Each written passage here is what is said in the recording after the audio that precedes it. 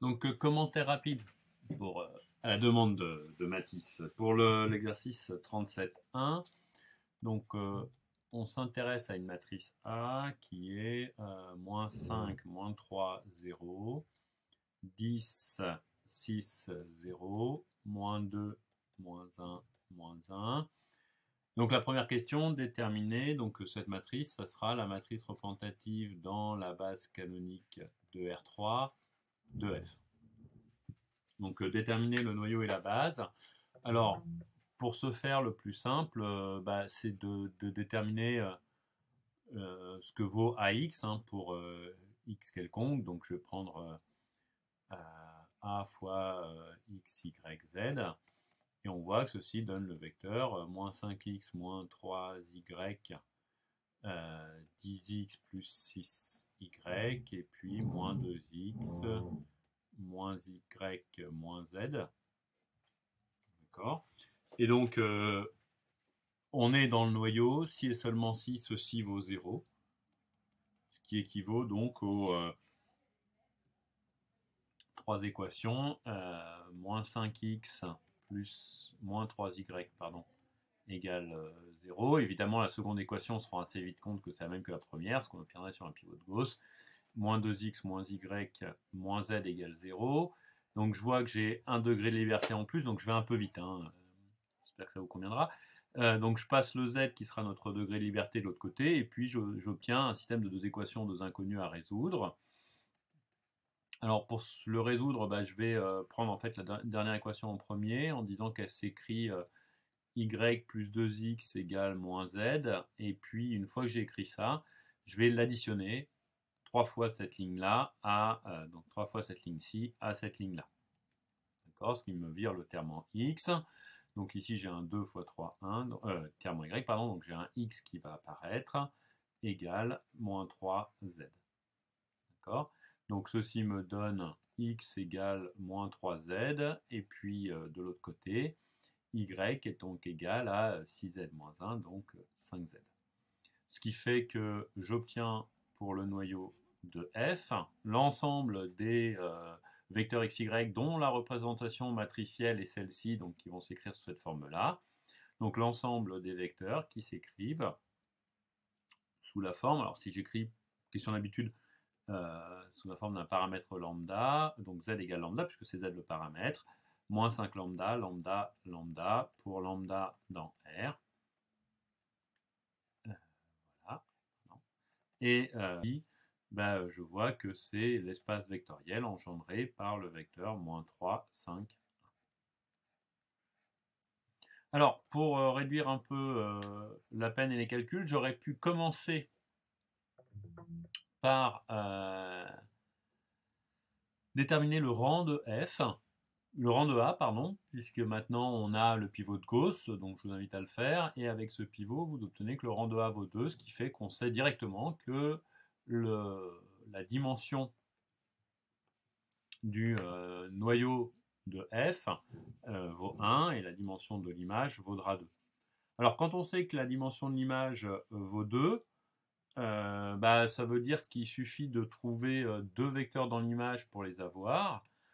Si je prends ceci, là je vois, ou celui-ci si on préfère, ça c'est f de E2, là j'ai f de E3, il est évident que les deux sont libres, ça va être facile à montrer, et donc avec l'argument de dimension, je sais que l'image de f, c'est vecte de f de E2, f de E3, donc moins 3, 6, moins 1, et puis 0, 0, moins 1, ou que je peux écrire 0, 0 plus 1, ça ne changera pas grand-chose.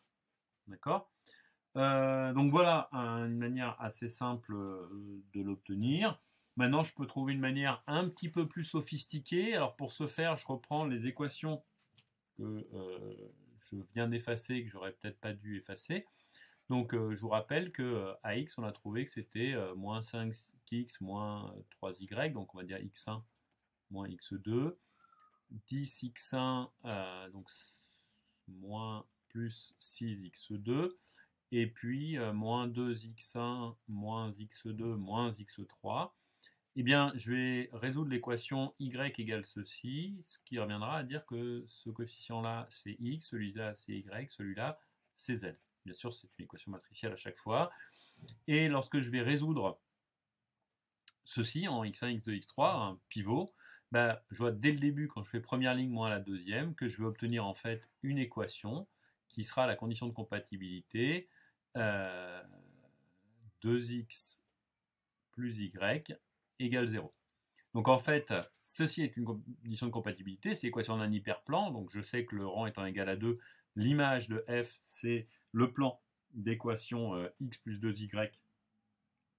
Ah, je vois qu'il y a une erreur dans mon corrigé, que j'ai en même temps, puisque c'est 2x plus y qui vaut 0.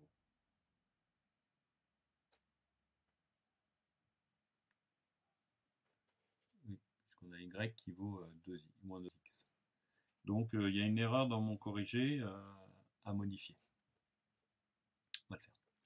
Voilà, donc et puis bah, je peux vérifier que cette équation-là, j'ai bien 2 fois x plus y qui est dedans.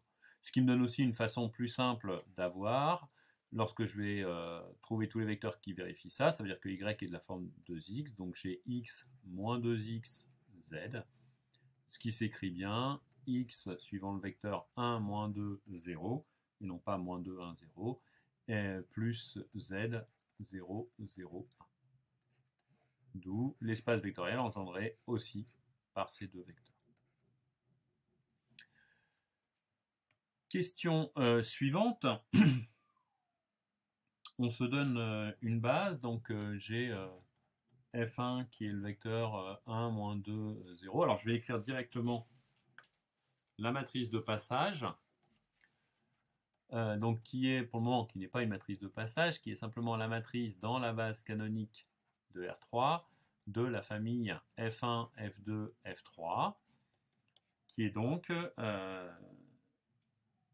la famille, la matrice 1, moins 2, 0, moins 3, 5, 1, 0, 0, 1.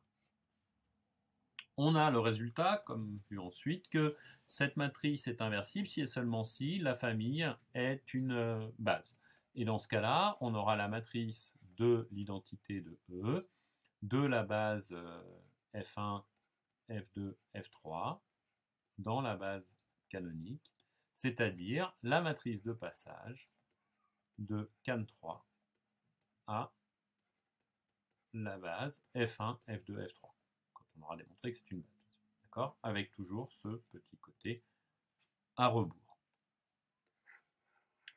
Alors, pour montrer que cette matrice est inversible, on va calculer l'inverse. On peut ici faire un petit pivot, l'occasion de s'entraîner. Donc, pivot, P devient A1, donc j'élimine, je prends le 1 comme pivot, moins 3, 0. Donc je vais avoir 0, ce qui revient à mettre un moins 6 ici, donc un moins 1, 0, 0, 1, 1, et puis qui va devenir un A2, qui sera 1, moins 3, 0, 0, moins 1, 0, et puis j'additionne ma ligne 2 à la ligne 3, donc 0, 0, 1. Arrivé ici, j'ai donc 3, 3, le rang de A3, A2 est égal à 3, donc au rang de P qui est égal à 3, donc la matrice est inversible. Je peux poursuivre cette méthode du pivot pour trouver l'inverse. Je vous l'ai fait sur l'exercice 38.1. Donc ici, on va refaire différemment. Je résous à l'ancienne, mais comme je vous ai dit, c'est le plus rapide. Px égale y, donc x1, x2 égale y1. Moins 2x1 plus 5x2 égale y2. x2 plus x3 égale y3. Donc je fais une méthode du pivot. x1 moins 3x2 égale y1. J'ajoute 2 fois cette ligne à celle-là, hein, comme j'ai commencé finalement sur mon pivot. Donc moins x2 est égal à 2y1 plus y2. Et puis j'aurai ici du x2 plus x3 égale y3. Alors je peux aller au bout de mon pivot. ou simplement remarquer qu'en fait, ici, ça me donne x2, donc quitte à permuter x2 et x3, j'ai un système qui est bien triangulaire. D'accord ? Ce qui fait que j'obtiens, si je le mets un peu dans le bon ordre, x2 est égal à moins 2y1 plus moins y2, pardon. Puis x3 qui est égal à donc moins x2, donc 2y1 plus y2 plus y3. Et puis x1 qui vaut y1 plus 3 fois ceci, donc 7y1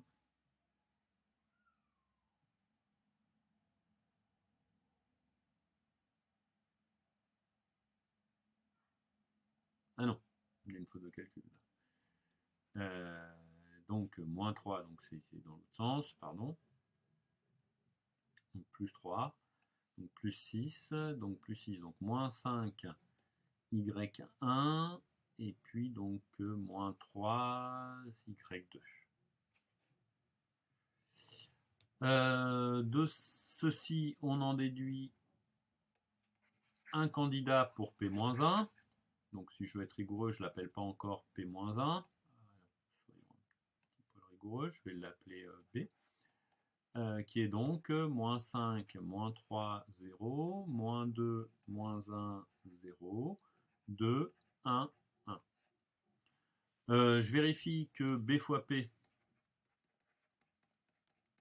égale I3, donc moins 5 si ça marche, 0, 0 ça fonctionne, moins 2, 2 ça fonctionne, ça m'a l'air bon.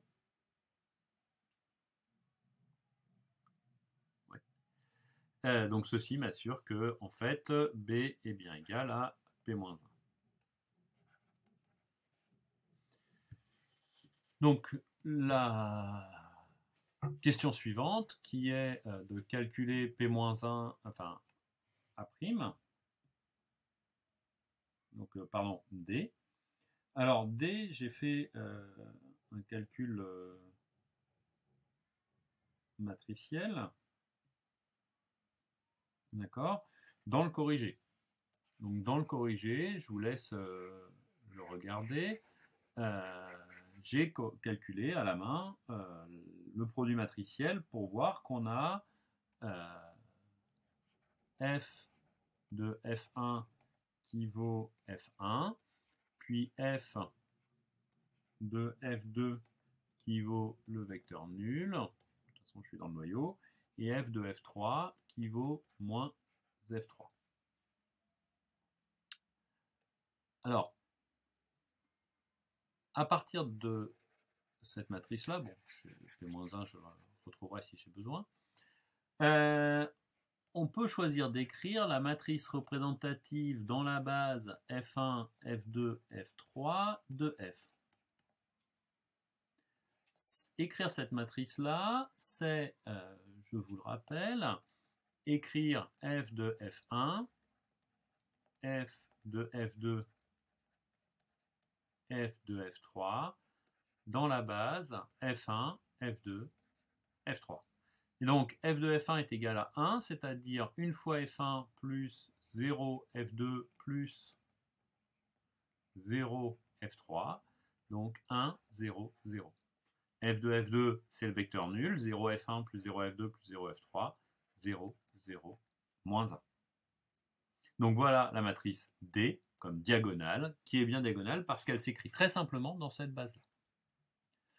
Autre façon de procéder, en prenant la relation matricielle que l'on a entre les deux, c'est-à-dire que D, ici, c'est notre A', formule à connaître, P-1 AP, formule de changement de base pour les endomorphismes, on commence à l'avoir utilisé pas mal de fois. Cette formule-là, vous pouvez faire le calcul explicitement, sans présager de ce qu'est votre matrice D, et vous allez obtenir la matrice D que l'on vient de calculer ici.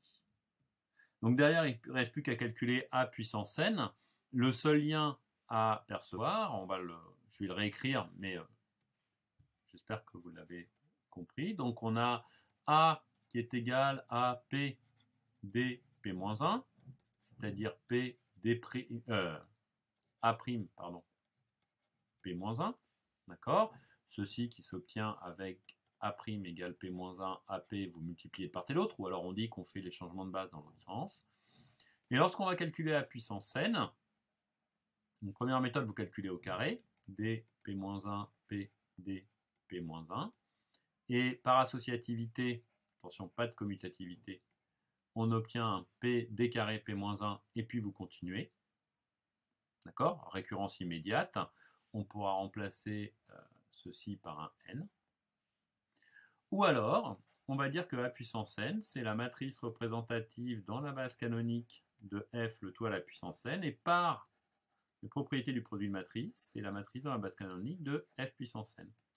Et ceci, c'est donc P fois la matrice dans la base, mettons f, f1, f2, f3, de toujours f puissance n, fois P-1, formule de changement de base. Et ceci devient, par la formule de le composé matriciel, matrice dans f, le tout à la puissance n, fois P-1. Donc on retrouve le P d puissance n, P-1.